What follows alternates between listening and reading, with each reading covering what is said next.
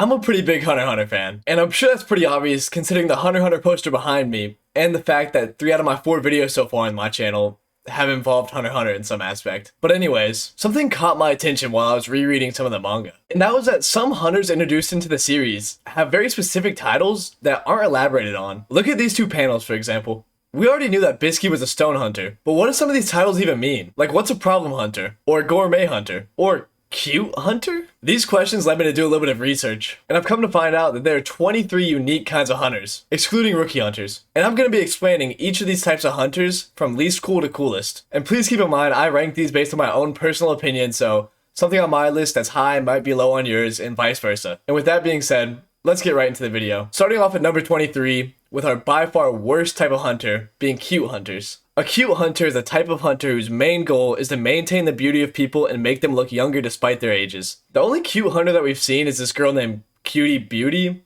and I feel like that's good enough reason why it's last place. At number 22, we have botanical hunters, which, if you couldn't guess from the name, is a type of hunter who hunts plants. The 21st spot goes to card hunters. The only card hunter that we've seen is this guy Ogle from a Hunter x Hunter video game, which I've never even heard of. And like the name suggests, he collects rare cards. At spot number 20, we have headhunters, a type of hunter that specializes in finding and cultivating new talents. The only headhunter that we've seen in the series is this guy, who got murked by Hisoka. Number 19 and 18 is a shared spot between temp hunters and provisional hunters. They're pretty similar, the only difference being that temp hunters are hunters that are contracted to do jobs by the government, while provisional hunters were made temporary hunters during the Session War arc to be guards. Both types of hunters are looked down upon in the association, and this is the largest subclass of hunters, with there being over 200 temp and provisional hunters combined. The only reason that they're this high on the list, despite not really being hunters, is that they get contracted to do some pretty cool jobs. So, moving on to number 17, we have music hunters. Music hunters devote their skills to the pursuit of rare musical pieces, and rare musical pieces in the Hunter x Hunter world are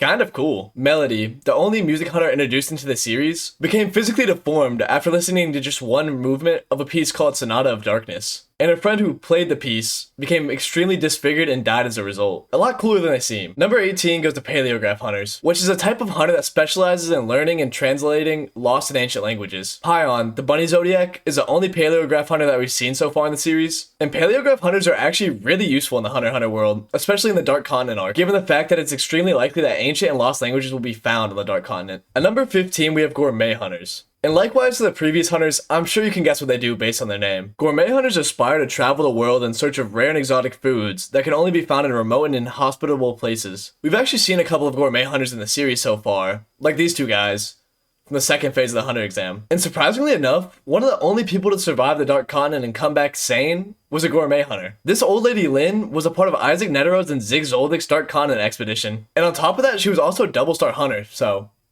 gourmet hunters, pretty cool. At number 14 on this list, we have lost hunters, and which, if you couldn't guess, is a type of hunter who specializes in finding people who are lost. We haven't seen a large display from this type of hunters, but it seems pretty cool. Number 13 goes to problem hunters. There's no given info to what these hunters do, but this guy's a problem hunter, and I mean, look at him.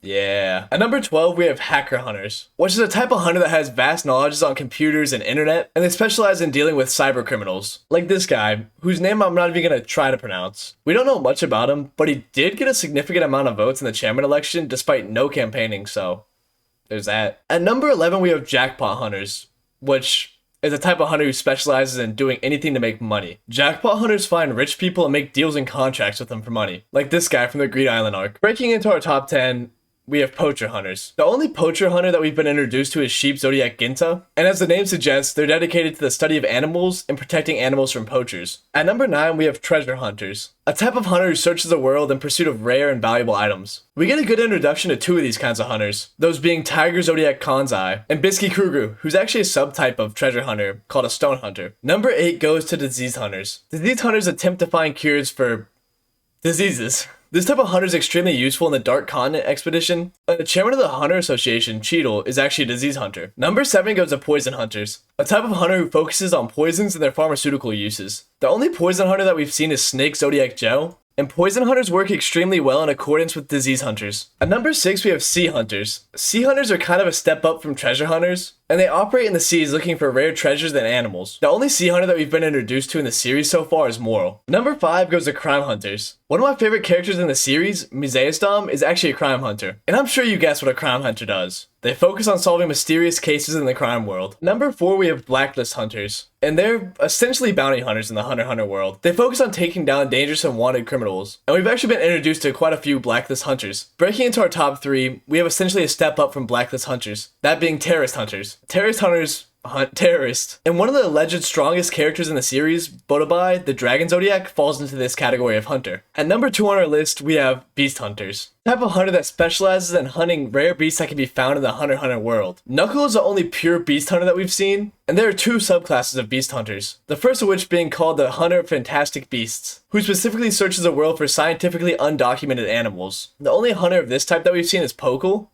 and he's dead. And the latter of the 2 types is called the Unidentified Beast Hunter. This subclass of beast hunter focuses on finding cryptids, which are creatures that have a questioned existence, and thought to not exist or be folklore. The only unidentified beast hunter that we've been introduced to in the series is Shoot. The number 1 spot on this list, and in my opinion the coolest type of hunter, goes to ruins hunters. Ruins hunters dedicate their lives to uncovering, restoring, and preserving ruins in hopes to revive ancient societies. It's no surprise that Goen's father Jean, one of the strongest nin users introduced into the series, falls into this subclass of hunters. I also found it surprising that the proctor of the first stage of the hunter exam, Satotes, is also a ruins hunter. Those are the only 2 ruins hunters introduced into the anime and manga, but I did come across this guy. His name is Zegan Highline, and he's from an old Hunter x Hunter video game, which I also just didn't know existed. And I did some more digging and I couldn't find much on the video game or who he was. But regardless, that was every subclass of hunter in Hunter x Hunter explained. This video was a lot of fun to make, and I hope y'all enjoyed watching it. And I really would appreciate a like or subscribe, but even watching this video is more than enough. But I've been Hank, and that was every class of hunter explained. Bye.